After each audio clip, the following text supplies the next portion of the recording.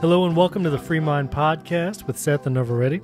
This is Stephen Robles, and before we jump in today, I want to take a moment and mention Impact 360 one more time. They have some great online courses that we'd love for you to check out. Apologetics and truth and worldview based. They have courses on the resurrection, on worldview, and they actually have a brand new free course about Generation Z or Gen Z. That's right. It is a free lab that you can take right now online. And Gen Z, of course, those born in the mid-1990s to 2000. So are college students and people just graduating high school now in the next couple of years. Bunch of know-nothings. No, we love our Gen Zers. That's right. We love our Gen Nothing but Zers. love. But if you're a pastor, a youth pastor, or involved in ministry, in this age group especially, it would be a great help to learn how you can minister and teach this generation. And so check it out, impact360.org. And if you're going to get one of those paid courses about worldview or the resurrection, use that promo code. Hey, Freemind. Freemind for $20 off. Yep. All right, so the saints have spoken, brother Robles. The saints have spoken. We put out a little thing. I think it was 3 episodes back, part 1, and we asking them about the length of the podcast. Oh yeah, you got feedback, and they have unanimously rebuked your wife. Hey, I mean, they came for. I was like, man, I wasn't trying to like put her under the bus or anything like that. We love you, Whit. We promise. Yes, I thought, well, maybe it's because she's a mom. You know, for sure. And so she has a good reason. But then this other lady just like 2 days ago was like, hey, I got 6 kids and I want your podcast to be as long as possible. So for real. I said, well, here we go. So the general consensus was about 45 minutes to an hour was perfect. That's great. All right. For most folks. So hey, get that content. Thanks for the feedback, Whitney, folks. sorry, you're just gonna have to pause it and listen to it in the little segments. Monday, Wednesday, break it up. That's right. That's right. Well, that's great. Well, that's awesome. That's great. No, it's good. I think the people were kind of like they were actually disappointed that part 1 and part 2, and I think they thought we were going to fix it by part 2 and make it 40. So I got rebuked after that. Hey, and so I said, just hold on, we're coming. Yes, we're coming. We're going to bring it back to 45 minutes. So here's my new question. Here's my new question. You got a follow up. I got a follow up. We want to hear back from you guys. You're just helping us fine tune the podcast because you know we're too close to it, so we can't always see things how they are. We have blind spots. You need that objective truth. Yeah, that's right. That's right. That outsider perspective. So, we had a friend come to us and they said they liked us to do the original music every time. It's part of the branding. That's true. I remember and this is something like we have not talked about specifically, but this is something where you guys might have a song suggestion or we choose music that relates to the topic. Yeah, sometimes. Yeah, it's not a precise science or art with us, but we sometimes when we have a topic, a song will pop in my mind. Oh, this song would be perfect with it. Right. And then if it doesn't, we kind of go to our just our original. I forget the title of the song, but Shabop. Yep. That one. So I actually I really like that too. I like the consistency of like always having the same theme song, but some podcasts flip it up. I also like tailoring the song to the theme because it helps highlight it. It's like it's kind of like the worship service for me. Like I love churches where they do worship along the content of what the speaker is going to speak on. Absolutely. Because like liturgically it helps you. Yeah. Now, our original song is I Only Have Eyes for You. Yes. And now what, because I don't think we've talked about this yet either, but what was the impetus for that song to be the intro? So it wasn't the lyric, it was the sound of it. It kind of captured this like, almost like this classic, I don't know if classic's the word, but like this universal vibe of just, I don't know, the sound of it's like slightly under pitched too. Yeah. So it's kind of like this weird, like takes you into the mental realm. Oh, okay. All right. Ethereal, psychedelic, maybe. You know what I'm saying? Yeah, put you on those 70s. So for me, it was like this kind of old school, because in many ways, I thought, in Freemind, it's a recovering ministry. We're not trying to we're not progressive in the sense that we want we want to move on to something new. We're actually trying to recapture what we think is the essence of New Testament biblical historic Christianity. That's good. So it's sort of a going forward by looking back. Right. And I thought I also like that song because it's still dope, like it's still vibey even today. Right. It still sounds good. In fact, the Fugees sampled that on one of their records at the beginning, and so that was actually the first time. Nerva always makes fun of me because I'm like, man, you got to hear this song. She was like, that was done. You know, that's a remix. So she's like not the original. Just saying. She's the historian. She's the historian. Exactly. She's the musical historian. Try to be. That's always giving me the well, actually. Right. A voice comes from the well, actually. But anyway, so that was kind of the thought behind it. I was just like, man, this fits the material well, like sonically, not necessarily lyrically.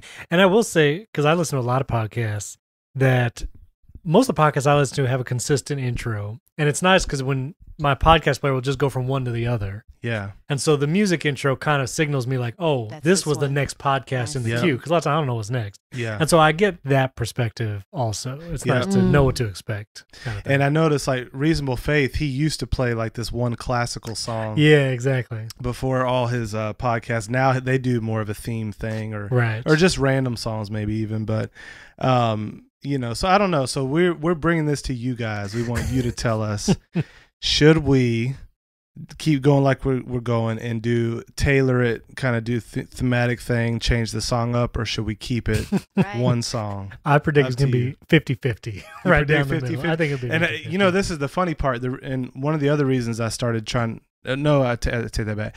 We did another song because I thought, man, this will go good with the theme.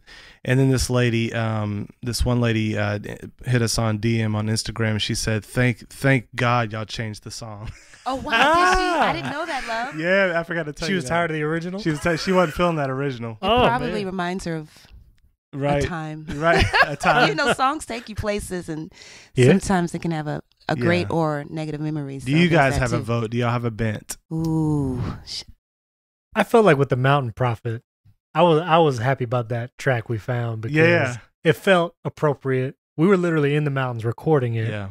But I might go either way. I'm not. So you're on the line. I think there's been some times where there was a song that really nailed the topic. Yeah. And it might have even been a more recent song, which also points to the cultural problem that we might also be addressing. Yeah. And so sometimes I think that's helpful to point out that part. Another note, too. I'm guessing that person that mentioned that idea to go back, keep it original, is in the music industry?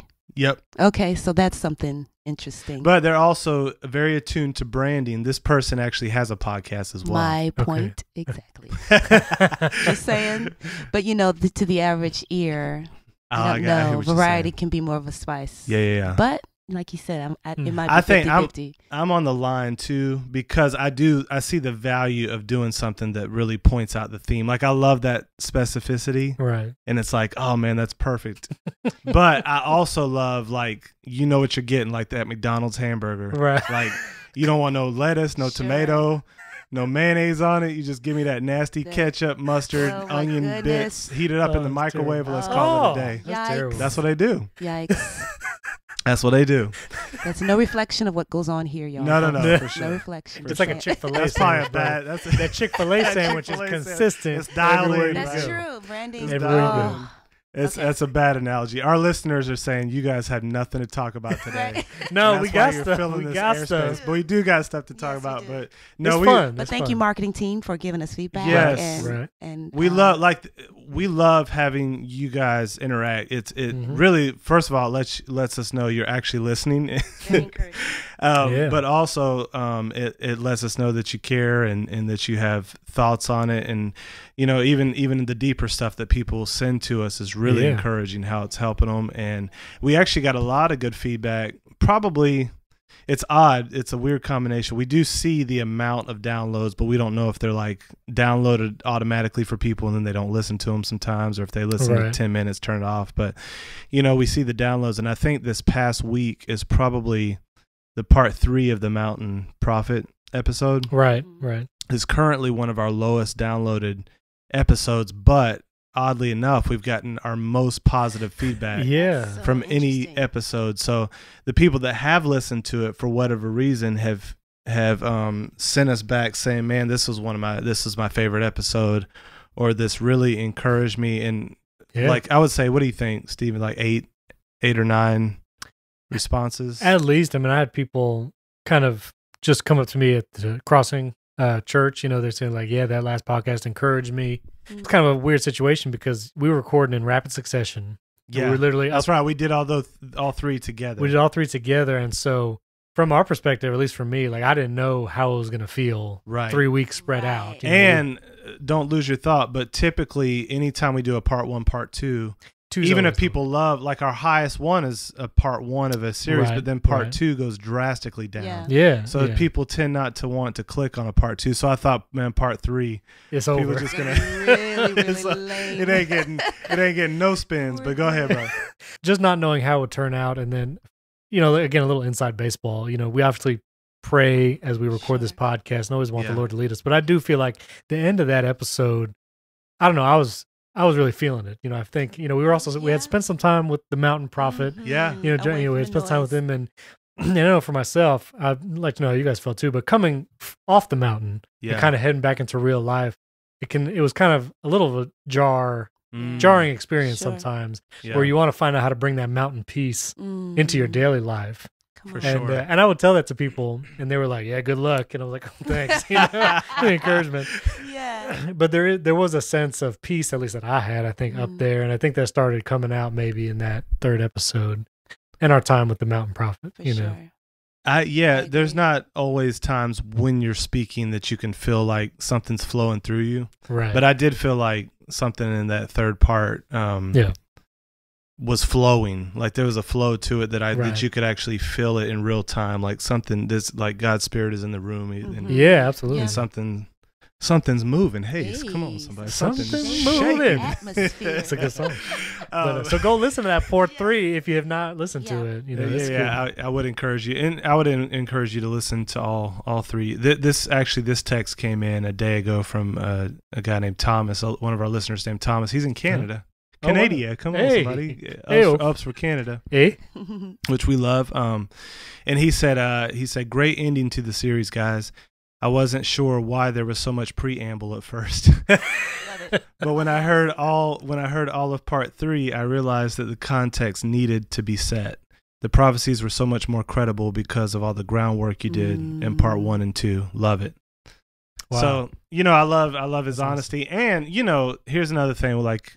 We don't like critiques, but if you guys have critiques, you have, stuff you want to disagree with or challenges with, we welcome that as well, because through that we could have conversation, we could all learn. But but that was actually fun, because it was a long preamble. It was a whole episode. And you're like, why are you going through all this? Like, we totally understand. Yeah.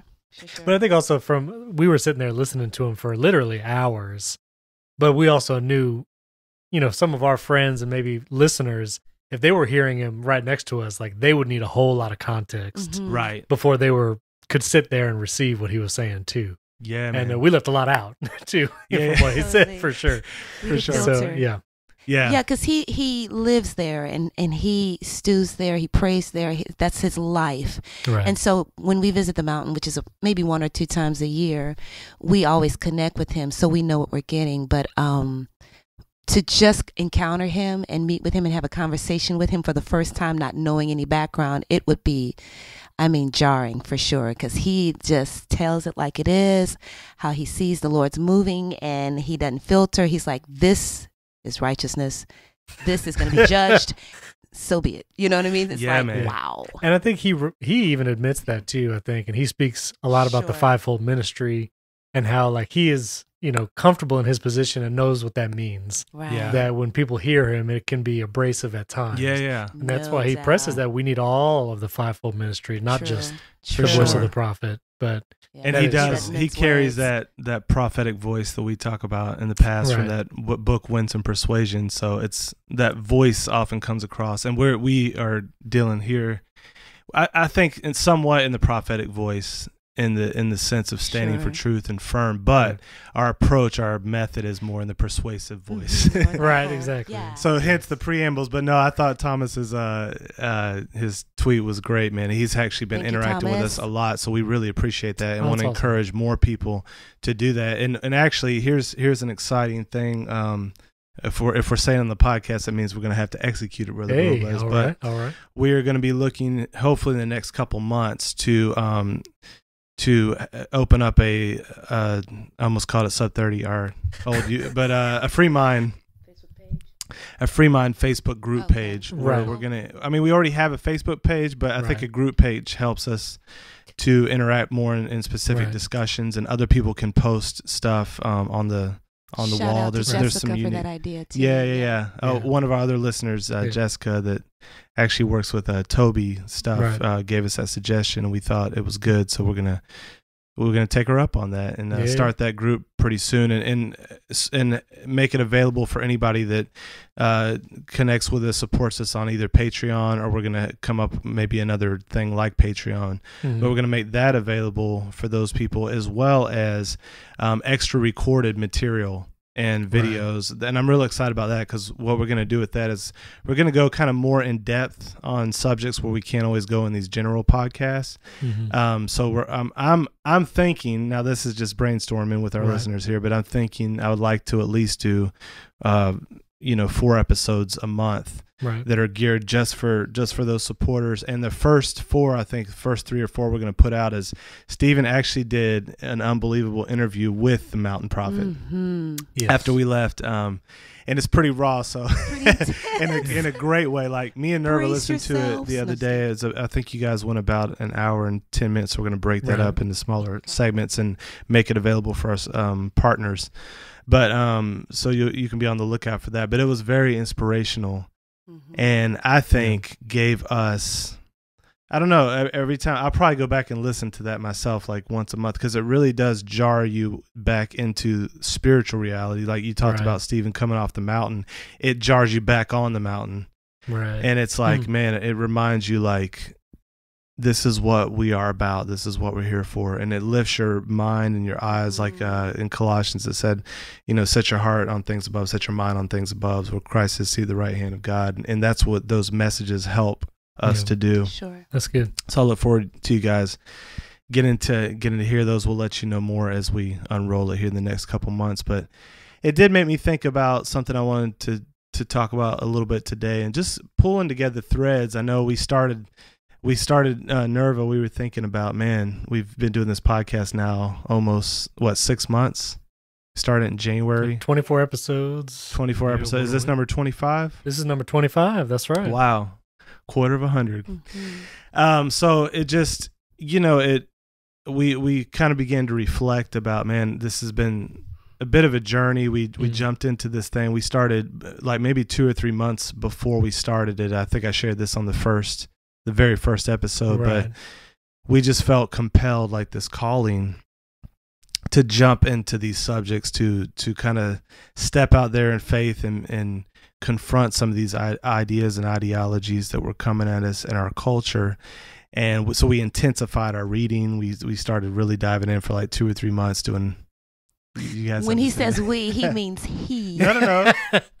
But I have definitely been changed. I have to be honest. I was more along for the ride, and being married to Seth, he has always been passionate about these kinds of things, just going deeper. He was always a thinker, always a studier. But when he said, let's just chime in and just kind of touch on these current events, I was like, no. But which every episode you said that's a nice version. With every episode, I've been changed, and it's been life-changing for me. And so I'm so glad we did this, because it's the heart of God to help people and to serve people with biblical truths, and to help them, suss ideas and come to the right place. So we kind of joke when we were in marriage, when we were in premarital counseling, and is in marital counseling. Hey, come on, somebody. No, we were in premarital counseling, and we were talking about the fact that I was more of a thinker and you were more of a feeler. Sure. That was one of the distinctions they made in that particular book. So we were, just mapping that out and seeing what that meant. But, we kind of helped balance each other in that way on a lot of things. But I think you have added a lot of study, and you probably studied before we met as well. I don't mean to demean your past and say she's all a filler and completely like that, but it's just a matter of emphasis. Sure. But you have really jumped into studying, especially in the last few years. What have been some of the fruits of that for you? Oh gosh, there's something to just knowing God more in His Word, and it's like the more you know about God, the more you're able to really worship and really know who you are in Him. And so it's empowering. It's giving wings to what you already kind of take life in. And so for me, I recently joined a C.S. Lewis book club, and he's one of my favorites as far as a thinker and a conversationalist on behalf of Christianity and the Christian worldview. And in these times when there's so many worldviews prevalent, on social media, you're like bombarded with so many thoughts and ideas. And I just love just going back to the foundations, the truths of Christianity. So I would go to church and I'd worship God, but when you do a study on one of the Gospels or even do a study on an attribute of God, it just adds more depth and more confidence to your walk with Christ. And in a time where people are saying it's just a museum piece, a museum piece you put on your shelf. Don't talk about your Christianity, don't talk about your faith. Well, yeah, I can talk about it because it is a body of knowledge. It's truth for me. It's not just something I treasure in my heart, but I can articulate it. I can discuss it with friends. And so that's added much, much depth. And I know you've had some stories too in the past where even people in church, you got in conversations and they said some stuff that you were like, that doesn't sound biblical. And but you didn't really know what to do with it. And so you were kind of just at a loss. Just struggling, yeah. And but I think now you have a much better base. Definitely. To kind of keep you in the boundaries of safe biblical orthodoxy and soundness of mind scripturally. And that's part of the maturing process. But I was going to ask you too, Steve, I don't even know how you got into apologetics initially and everything. I know we kind of grew up in similar backgrounds. Well, Nerva grew up in a kind of a Haitian Catholic church, got saved in college. Yep. And kind of, it's been a long journey since then. But Stephen and I grew up in the AG. Well, I was kind of in the AG world, Church of God world, and a little bit of that old independent Pentecostal too. But but your dad was actually an associate pastor at your church for a while. Yeah, he worked at the church for a while and grew up in the AG church. Yeah, and only AG. Growing up and went to Southeastern, so AG college too. Like, he was all the way through. Okay. I want to say my youth pastor definitely started bringing up some of the questions that almost seemed taboo before that. And so when I was in high school, he would talk about a suicide and he would talk about just the creation story. And he would really bring about the big questions. And sometimes I don't even remember if we had answers for it in the moment, but he at least started that seed of, it's okay to talk about these things and to wonder about them and help us start navigating that through scripture. But ironically, it was when I was at Southeastern that I kind of had that crisis of faith, and I was like, And there was a cascade of events that affected me emotionally, and kind of in an effort to just not feel anything, I just didn't want to care anymore. Oh, wow. And so kind of turned away from the church, and I obviously left Southeastern for a semester, and just didn't want to have to care. And, I thought, I can't deny that God exists, but all that other stuff must be bogus, and whatever. Like, let me just do what I want to do. And it wasn't until just, again, a moment picking up the Bible after months and reading 1 John 4, saying that God is love, and whoever lives in love lives in God. Because I was convinced that God didn't really care that much about anybody, let alone me. And it wasn't when I read that verse and said that God is love, I said, wait a minute. I still reconcile that God exists, and if he does, then he is love. It's not that he's choosing to love us or not. It's that unequivocally and unquestionably, like, he loves, because that's his nature, and he can't do anything different. So that's when I started trying to get back, and I think Ravi was my first step back. Okay. And listen to his Let My People Think podcast. And were you a podcaster at the time, or did you just? No. My uncle told me about podcasts like years before. He's like, man, this is going to be huge. I'm like, nah, man, ain't nobody listening to that stuff. Like, what is that? That's crazy, Uncle. Yeah, like crazy. I was like, nah. Uncle Maurice, what is that, Being the Beast? Yeah. But I started listening to Ravi, and then I wish I could remember where I heard of it, but the William Lane Craig Defenders podcast, and I started listening to that, and that was kind of the thin end of a wedge, and then found everything else. Yeah, and just loved it ever since. And for me, it always helps me either in a moment of doubt or in a moment of questioning, because again, you listen to culture and you listen to all the voices, and you think like, maybe it's not it. Like maybe this isn't the thing. And immediately a flood of all the things that I've heard and read and listened to and the videos I've watched, I said, no, wait a minute. Like that moment of doubt is kind of not even like to not deny it, but also like there's way more on the other side that can overcome it. Yeah. And I have listened and read and heard it all. Yeah. And it helps me lean on that than to focus on the doubt and let it grow. It's like, there's not really reason for that doubt. For me personally, anyway, for all that I've seen and read. So, yeah, no, that's good, man. And I've told my story on here before a couple times, so I won't go rehearse it in depth. But just for me, the same thing. It was similar thing. Started in high school, intense doubt over many years, college, and I think it made me aware of a lot of the stuff that's kind of pulling people now into either progressive Christianity or to the nuns, quote unquote. That's like, I don't have any religion, or even atheism. Right. And so it wasn't a cultural pressure for me so much as just the next question that would come up, and I would look into that, and it'll lead to the next question. I'd look into that, and it sort of led me through the process where I learned a lot about the pitfalls of theological liberalism, which is basically the grandfather of current progressive Christianity, as well as like the pitfalls and the weaknesses of atheism and postmodernism over time. And so that's why it's unfortunate that I'm seeing all these people now being taken in by these ideas that really, not that they don't have anything going for them, but I think when you study the full breadth of the information out there, Christianity really stands out as strong among the worldviews. And for me, that it was good. I'm glad I went through that process on this side, but I also in that process, growing up in a sometimes hyper charismatic background, sometimes just good charismatic, Right. But I think I shared this previously, but there was that temptation to just to dive into becoming a theological egghead.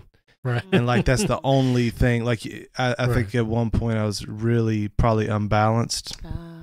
Not that I'm perfectly balanced now, but I thought you said you were perfectly balanced now. I was looking at Nerva for the reality. Right, no, perfect in all my ways. No, I'm saying not that I'm, obviously not that I'm, but it's always a thing where you're kind of floating back and forth. But, there was that time when I was like, man, I just wanted to distance myself. It was easier to just almost become a cessationist. Right. And cut it all off, and just all I do all day is think, and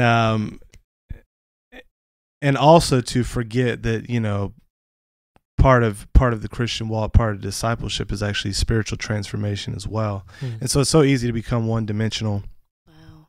But I think that's why on this podcast we want to try to come back to that kingdom triangle thing of I really think what J.P. Moreland captured in that book is so good, because it's a balanced approach that takes each of those three legs seriously. The legs of recovering the Christian mind, like thinking hard, thinking carefully, and then renovating the heart, developing into what Jesus called us to be as disciples, into people that are full of love, full of compassion, full of kindness, gentleness, self-control, bearing the fruit of the Spirit. And then that third one, though, manifesting the presence of God through even supernatural activity. And that's one that for many academics and kind of theological eggheads can be the hardest pill to swallow. Right. But it's one that I think we have to keep it in our recipe if we want to really, really be optimally effective, right.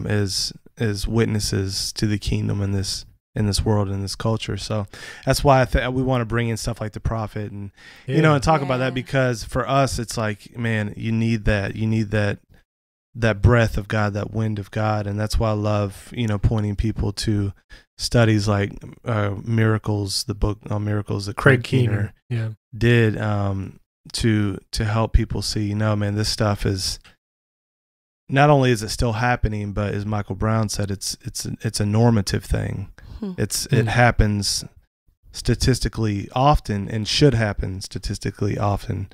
And we could talk about what things happen often and what that looks like and all later on. But it's really, it's got to be a balanced approach. And the reason I bring that up today, because I do notice one of the tendencies when you get into this world is to develop intellectual pride.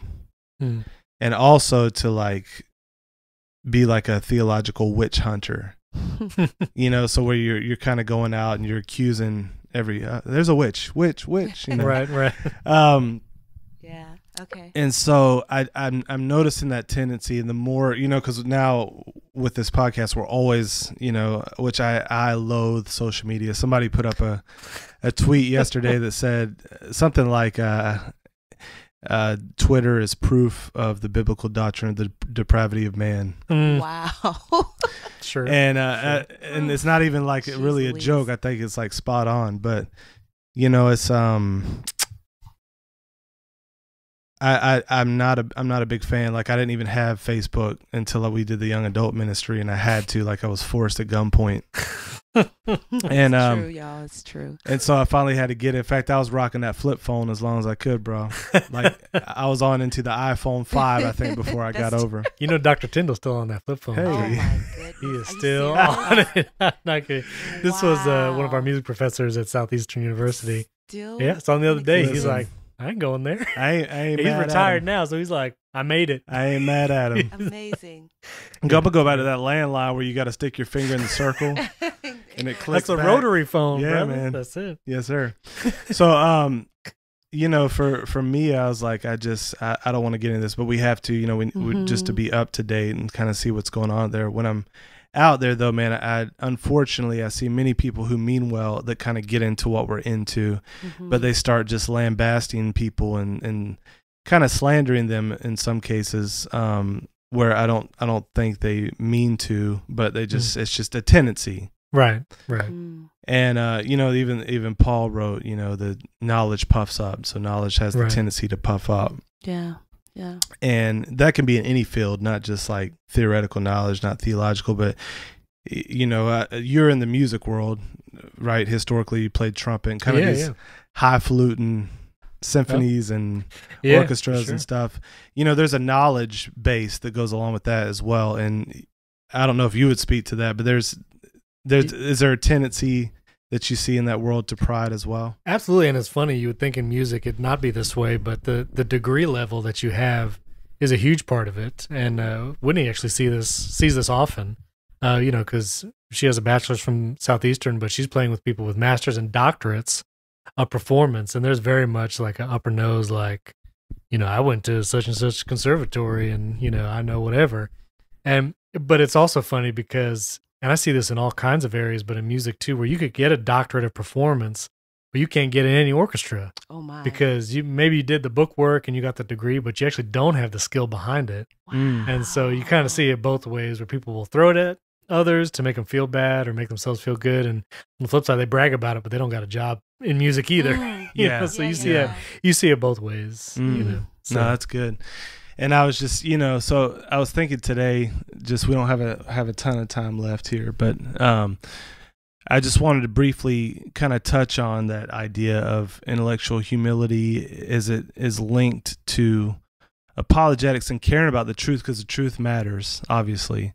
And sometimes, like, there are there are high stakes in getting certain things right and wrong. Right. And, you know, the reason we bring up stuff like progressive Christianity and the LGBTQ activism and all that kind of stuff is because those are very important fundamental beliefs. Right. Progressive Christianity, for instance, in many of its adherents at the higher level tend to deny the atonement part of Jesus' sacrifice on the cross, and that's the fundamental doctrine of Christianity. That mere Christianity, right? And so you have to address that stuff, and you have to sometimes name certain names and quote certain quotes to is a nature of dealing with the topic at hand. Okay. But you know, it's real easy to jump from that to start. Somebody once said the analogy that of kind of running like you're in a war and you're on one of those old chariots. I don't know if chariot's the right word, but you know, the horse carrying this thing on the back, and you got the people with the arrows, and they're shooting out at the people as they're riding through the battle lines or whatever. And they say, you know, the tendency in the church is for us to turn our arrows in and start shooting it at our own people on that chariot. Wow. And you know, unfortunately, I think there's a couple things there. I don't think we really want to shoot arrows even at people that are like genuine heretics and people that are genuinely undermining the central tenets of Christianity. Now, we're not saying we want to shoot arrows at those people personally. We want to shoot arrows at the ideas. Right. In the demonic presence is the demonic powers behind those ideas for sure. Mm-hmm. But we definitely don't want to turn around and demean other believers that we disagree with, or we might even think they have some important errors, but they're still brothers and sisters. And I'm seeing that going on a lot these days and that worries me. Even among just last week, even I saw some people really coming for some people, and it's just there's a tendency, I think, too quickly to do that. Right. And the Bible talks about being slow with an answer, even, and slow to anger. A soft answer, being slow to anger, and all those kinds of things. And that's not to say that we never stand firm and make a strong claim, and it's not to say that we don't call certain ideas out. But I do just want to remind our listeners, as we get into these subjects, there's some good keys we need to learn about intellectual humility, and that's what we want to talk about a little bit today. Okay. And so I might have you read this, babe, if you can. Just so this is from 2 Peter 1, 5 through 11. For this very reason, make every effort to supplement your faith with virtue, and virtue with knowledge, and knowledge with self-control, and self-control with steadfastness, and steadfastness with godliness, and godliness with brotherly affection, and brotherly affection with love. For if these things are yours and abound, they keep you from being ineffective or unfruitful in the knowledge of our Lord Jesus Christ. For whoever lacks these things is blind and short-sighted and has forgotten that he was cleansed from his old sins. Therefore, brethren, be the more zealous to confirm your call and election, for if you do this, you will never fail. So there will be richly provided for you an entrance into the eternal kingdom of our Lord and Savior Jesus Christ. Yeah, man, and that's an interesting thing. Peter said, if you do this, you will never fall. Wow. And what's also interesting about that is at the beginning he says, you know, make every effort to do these things. Right. And so sometimes we feel like the Christian walk, because of grace and these kinds of things, we kind of do systematic theology and end up holding positions that couldn't make sense of verses like this, like that God is going to basically zap you with righteousness, or he's going to do it all. But it's actually I think the truth is more of a complicated interplay. It's not active on our part. In other words, it's not like we produce it by making every effort in our own strength, but nor is it passive, and we just sort of wait for God to do it. It's interactive, and we could talk more about that later. But I think that part of spiritual formation that especially like Dallas Willard in his book Spirit of the Disciplines has really been helpful to the church on that score, and and making sense of things like it's God that, he works in us to produce in us the desire for good works, but then also where Peter and even Paul says he beats his body daily, right? And talks about being in like almost a gymnasium and putting on the armor of God. And then you got Peter saying, make every effort. So in some sense, we take part in this process, but how that plays out sometimes requires a little unpacking. I'll just briefly say it here because it's not our main point, but I'm going to use this article from William Lane Craig. It's question number 150, where he actually quotes that passage, and then he goes on to talk about faith and humility and pride. And so real quickly, I'm just going to read through this. He said, we are to pursue this character formation with utmost diligence, make every effort, quote unquote. This is intentional. It doesn't just happen. Now, what are these qualities? He said, I'd encourage you to do a biblical study of them. Virtue means moral excellence. We are to become good persons reflecting God's holiness. Knowledge implies a solid grasp of Christian doctrine, among other things. This is part of spiritual maturity, as Paul emphasizes, quote, that we may no longer be children tossed to and fro and carried about with every wind of doctrine, Ephesians 4:14. This is the one intellectual quality in the list, the knowledge word. Self-control means self-mastery, which implies the ability to control one's lusts, temper, tongue, and desires. We all know how easy it is to be just carried along by one's passions rather than having them under one's control. But just as an athlete in training exercises self-control in all things, so we are to bring our passions under control. 1 Corinthians 9:5. Perseverance connotes endurance. Being in it for the long haul, despite the ups and downs of life, we need to be long-distance runners, not just sprinters, or we'll burn out. Ooh, so good.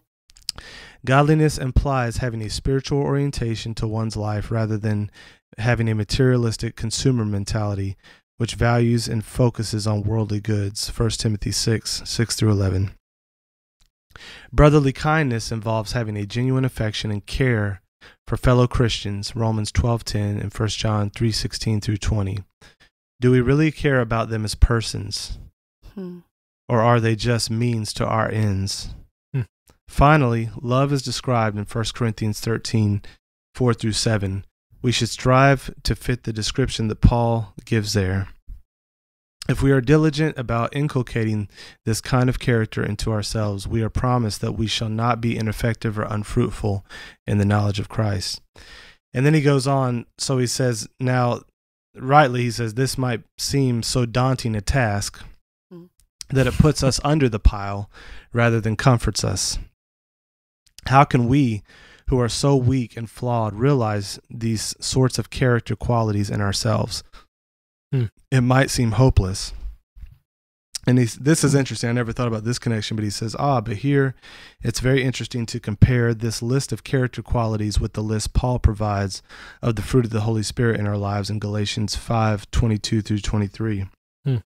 Paul says the fruit of the Spirit is this: love, joy, peace, patience, kindness, goodness, faithfulness, gentleness, and self-control. Yeah. Here, many of the same character traits are said to be the work of the Spirit as we are submitted to Him: love, kindness, goodness, self-control. Furthermore, notice that faithfulness and patience in combination add up to perseverance. Faithfulness and patience in combination add up to perseverance. Moreover, since these qualities are the fruit of the Spirit, to have these qualities just is to have a spiritual orientation or to be godly. Okay. So, here's the key, as we are filled with the Holy Spirit, that is, yielded and empowered by Him, He will produce the fruit of these qualities in our lives. That's the important connection there, spiritual transformation. So we used to say in Sub 30 all the time, what's the vision? The vision is being conformed to Christ's likeness. What's your intention? I intend to be conformed to Christ's likeness. What's the means? You remember that? Do you remember what it was? Oh, was it apprenticing yourself to Jesus Christ? Yeah, but more specific, what was it? I'm putting him on the spot here. It's been years. It's too long. Apparently, I didn't do good as a teacher because we. It's been a while. So that's all right. No. But so the means was the spiritual disciplines. Oh yes. So in other words, spiritual discipline. Craig here is saying like being yielded and empowered by the Spirit. Well, how do you do that? Well, you put yourself in. We used to use the analogy: you hoist the sail, your sail and your sailboat to catch the wind of the Spirit by the use of the spiritual disciplines like prayer, fasting, solitude, silence. All the the classic disciplines were ways in which you put yourself, and that's what we saw. You'll hear this if you you hear the interview that Stephen did with the Mountain Prophet where he talks about he had to adapt his lifestyle right to be such that he could hear from God.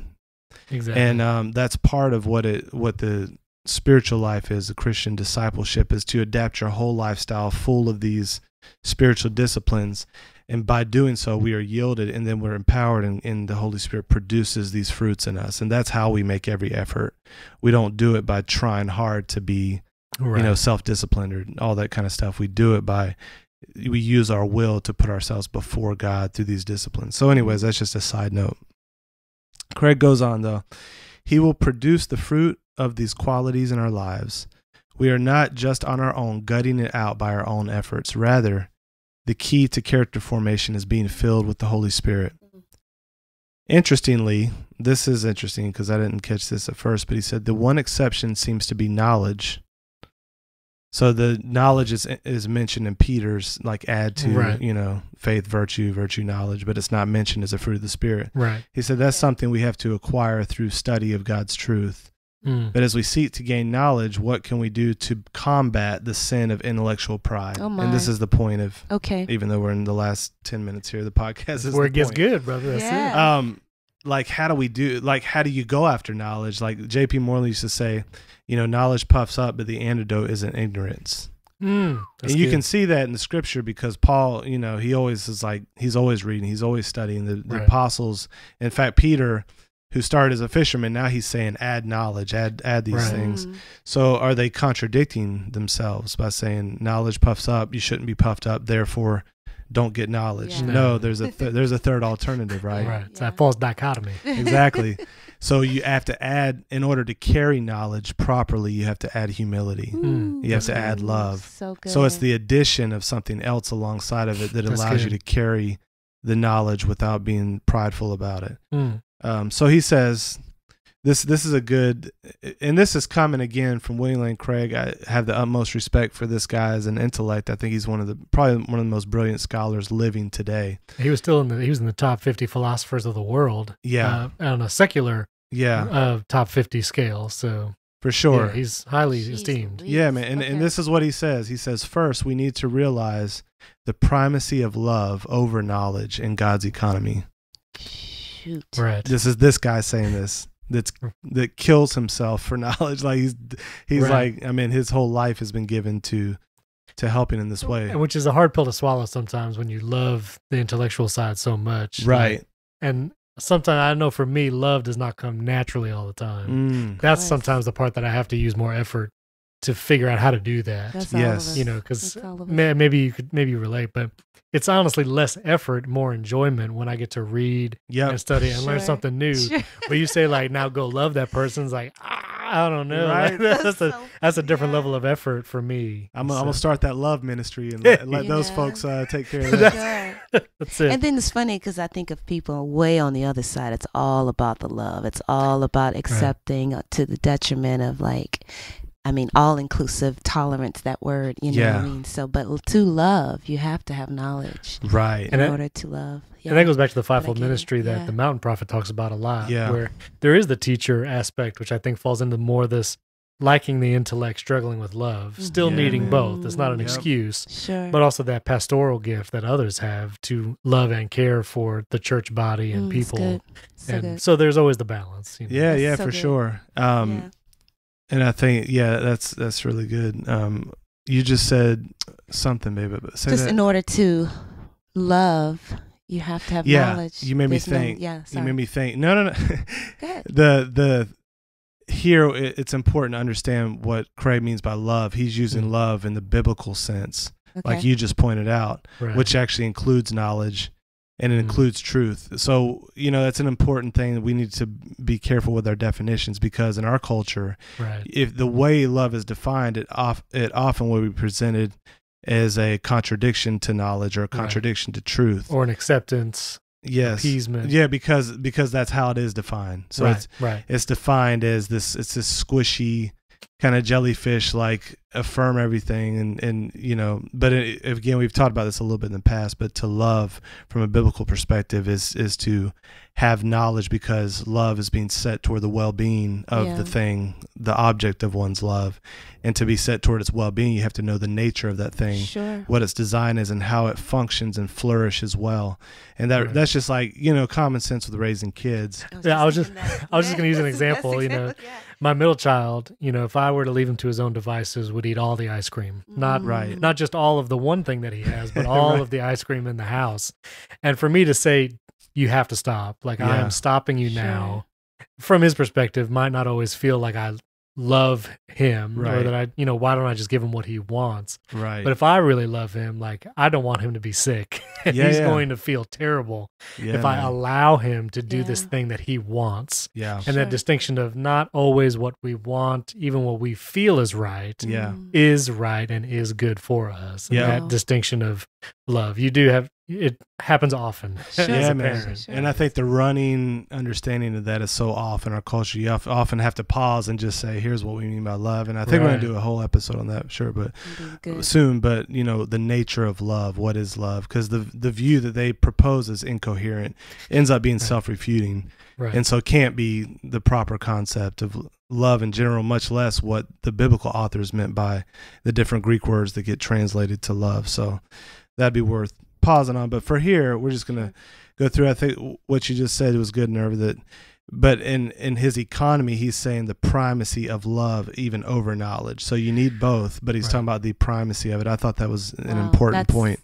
That's a good reminder. And there's an old, saying that it's kind of tongue in cheek. It's not meant to be taken literally, but he says Socrates said that he was the wisest man in Athens because he knew that he knew nothing. And, yeah, that's good. And if you take that literally, of course, it's self-refuting, but they meant it in that kind of maxim way to say, actually, the more you know, sometimes the more you know that you don't know.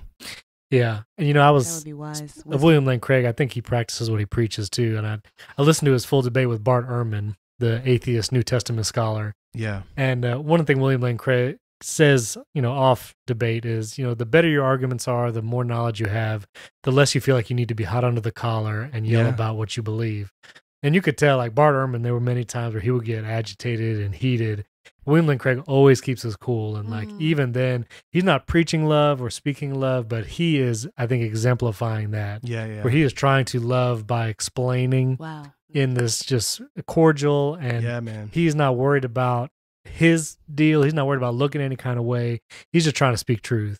And that love that he, I'm sure, leans on, he doesn't get heated or anything. He's always so even keel. It's amazing. And that, that gives us a picture as kind of like budding apologists, and many of our listeners probably are like that as well. They're engaged in these types of things, but it gives us something to look forward to and to a vision of what we want to become as we deal with these subjects. So that's a great example. And when you touch on humility, it's just good to remind yourself that somebody, even on the same topic you've studied, might have something to share with you that you don't already know. That takes humility. It's like once you've dived into a topic and you just immersed yourself in it, you feel like you're an expert.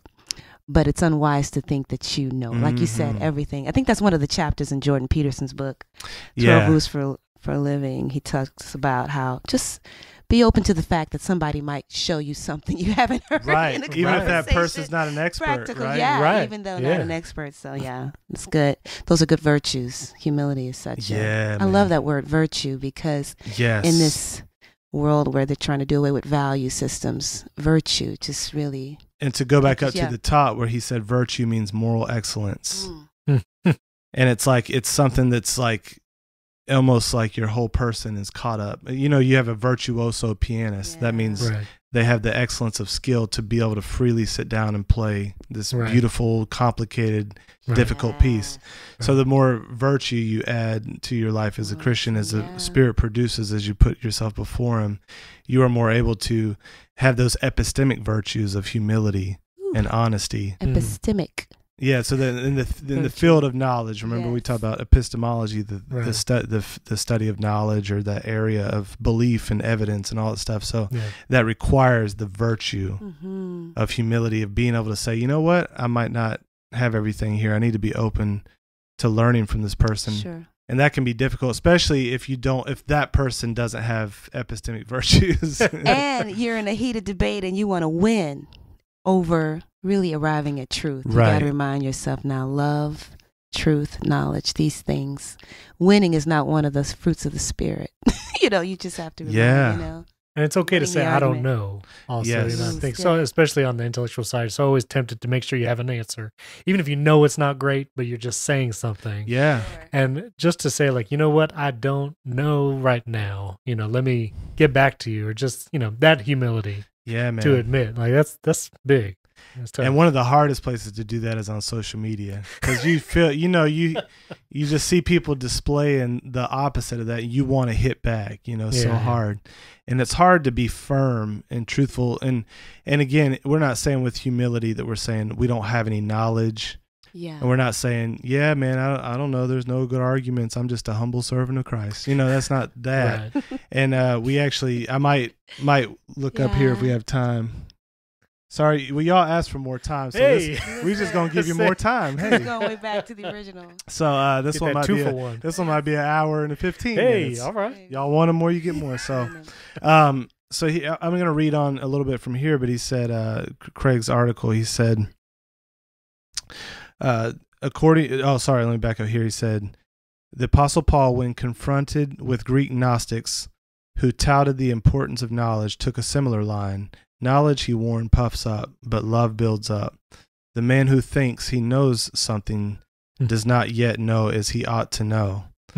But the man who loves God is known by God, 1 Corinthians 8, 1-3.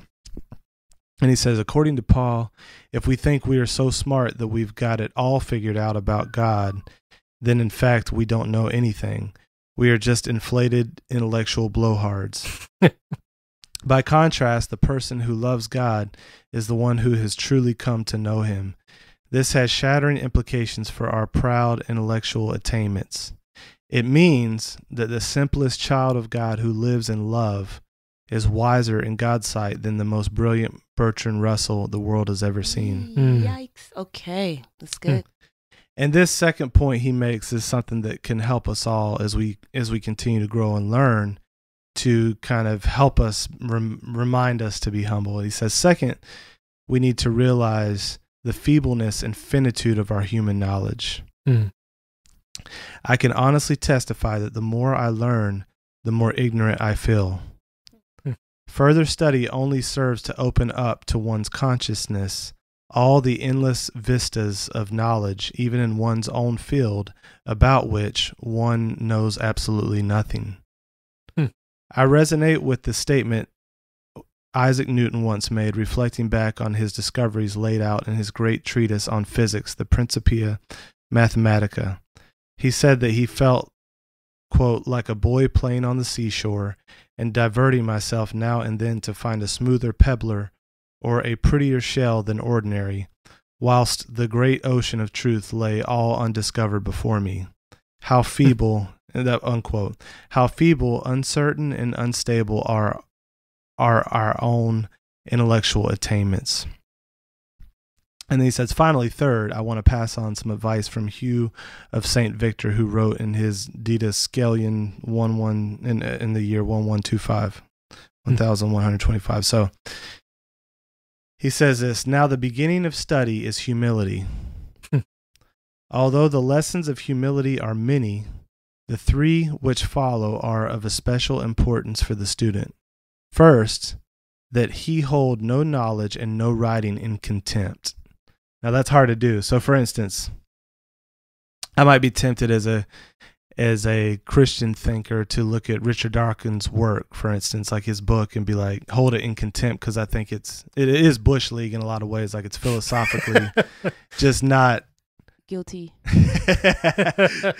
I condemn myself, but no, like in many ways, philosophically, it's just weak argument. Right. But he presents it in such a pugnacious manner that you're like tempted to hold all of his work in contempt. That's some good words you're throwing around. And just and just ignore it, like that's a real temptation. So what he's saying, don't hold any knowledge. Now, I wouldn't call his arguments knowledge, of course, but he said also a writing in contempt, just because you disagree with it or whatever. Right. Second, these are the three which he holds of special importance for the student.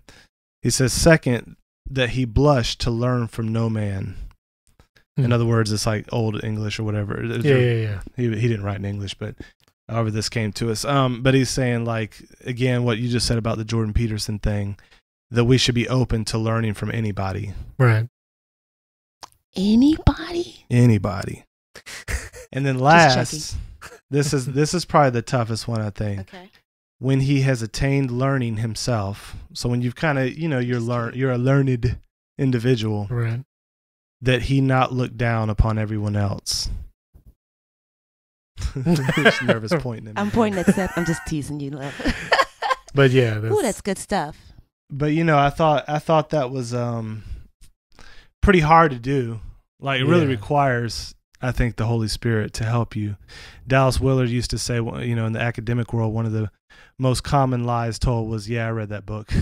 Wow. And it's because you never wanted to let any other intellectual or academic see that you didn't have knowledge. Like, that was the thing you want to protect, because that was what gave you your status and your clout, is you had to, there couldn't be any area that someone shined a light on where you didn't know. That's funny.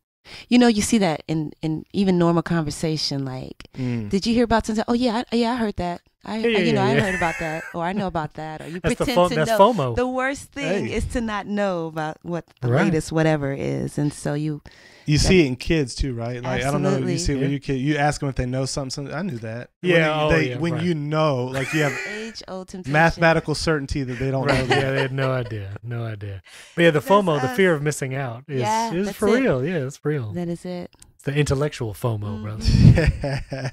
Beware. No, but and just real quick, because definitions are important. You said this earlier, babe, about the definition, but I'm using here my that's a big old dictionary. Yeah, man. This is this American Dictionary of English Language from 1828, the old Noah Webster. That's the good time period for that. That's that good one that I got from Truth Project, because he used it on there. He said it wasn't cluttered with all the political correctness, and he's actually right. Like, it has more clear definitions, and it even has like biblical quotations. So Noah Webster was actually a strong believer, and he wrote the Webster's dictionary from the intention of helping people know words so that they could actually know God. Wow. But so the definition of humility here. He said, in ethics, freedom from pride and arrogance, humbleness of mind. And I like this here. He says, a modest estimate of one's own worth. In theology, humility. I don't know why Stephen's over there that's going for real. Yeah, you got an amen from over That's here. for real. Read that again. This ain't the old Apple dictionary, bro. No. Yeah, that's not on your phone, man. That's something different. Read that again, love. Yeah, I'll say that again, Sister Nerva. In ethics, freedom from pride and arrogance, humbleness of mind, a modest estimate of one's own worth. In theology, humility consists in lowliness of mind, a deep sense of one's own unworthiness in the sight of God, self-abasement, penitence for sin, and submission to the divine will. And it says here, he actually quotes Proverbs 15. He says, before honor is humility. And then it says, serving the Lord with all humility of mind, and he references Acts 20. And I also looked up, I wanted to look up pride in this dictionary. And here he says, I like this too. He says, an inordinate self-esteem. Jeez. An unreasonable conceit of one's own superiority, in talents, beauty, wealth, accomplishments, rank, or elevation in office, which manifests itself in lofty airs distance, reserve, and often in contempt of others. And so I think, it's a proper appraisal of ourselves in light of course, it requires a knowledge of God and knowledge of anthropology, like human nature, and how I fit into the grand scheme, and then properly assessing yourself in light of that. And I think that's what Craig pointed out, is like the more you know, the more you understand, the more you realize how small we are compared to God's knowledge and even other people's. And so when we approach these things, and we have to critique other viewpoints, because we do so from that place. I actually heard there's a controversy right now swirling about Kenneth Copeland. Oh, yeah, with the jet. With the jet. But those pop up. Sorry. Those pop up like every 6 months. Well, it's not because you got the Preachers and Sneakers Instagram, and then you got Kenneth Copeland over here with his jet on the tarmac. I don't know that Instagram, bro. You don't know that Instagram, bro? Preachers and Sneakers. Oh, my goodness. Man, we've been talking about this amongst ourselves. Hilarious. But that Preachers and Sneakers is a guy that posts pictures of prominent preachers wearing these exorbitant sneakers, and then he will look up the cost of these sneakers. And so the Instagram is picture of the preacher preaching with these sneakers on, close up of the sneakers, and then how much those sneakers cost in reality. And these are like funny. $2,000, $3,000, up to $7,000 sneakers. No way. He wearing them Yeezys?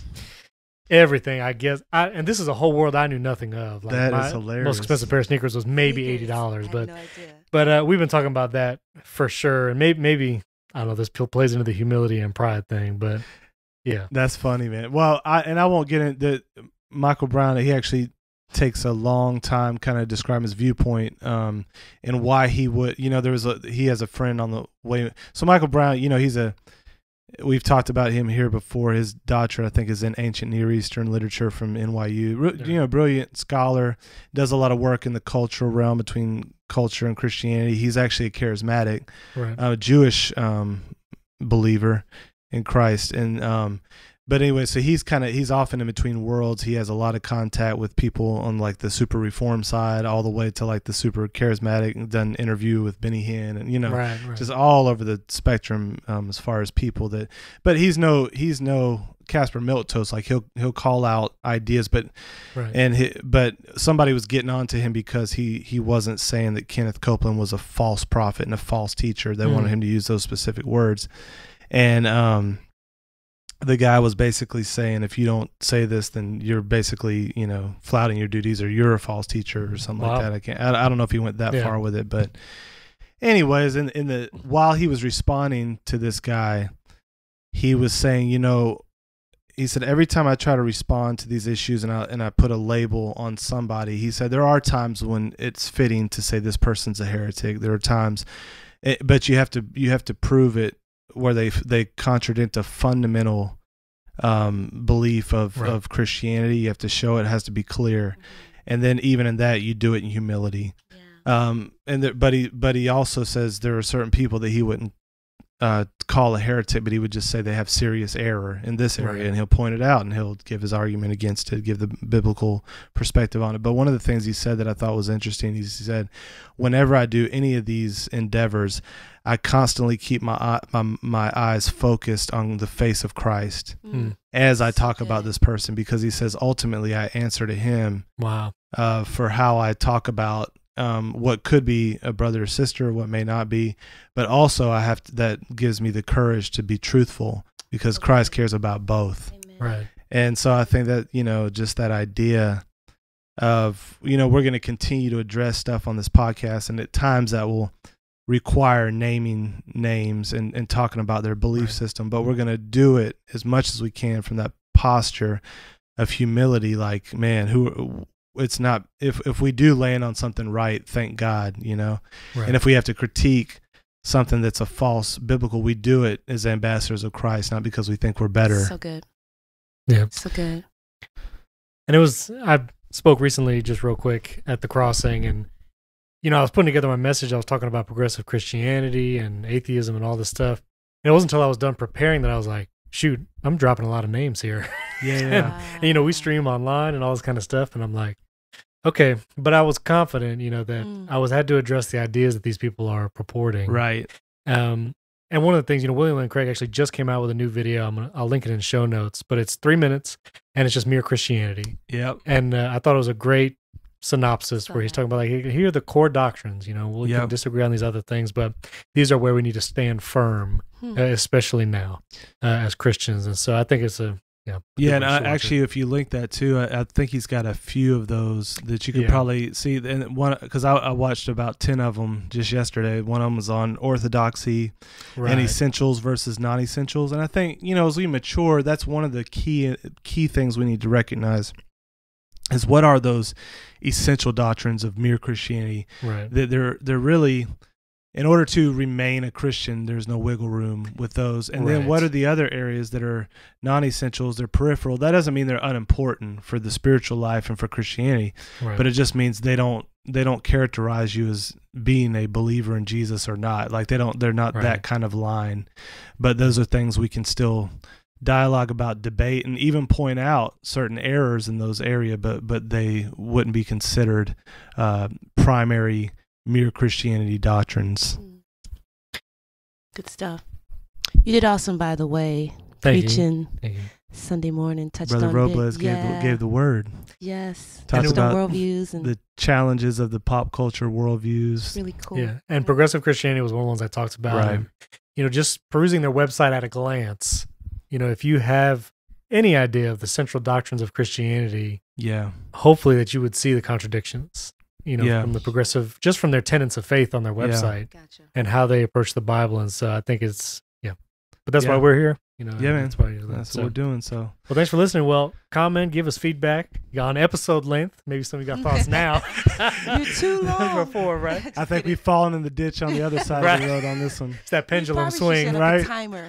Bing. Once you hit a bing, to wrap it up. But it's good. No, we'd love to hear your feedback on length, on music, on topics. If you have suggestions or questions, and maybe we do some Q&As. If we have some listener questions, to start making that part of the episodes. But we'd love to hear from you at Freemind FM on Instagram and Twitter, at Freemind Podcast FM on Facebook, and you can email us at podcast@freemind.fm, and we'd love to hear from you. We'll see you next week.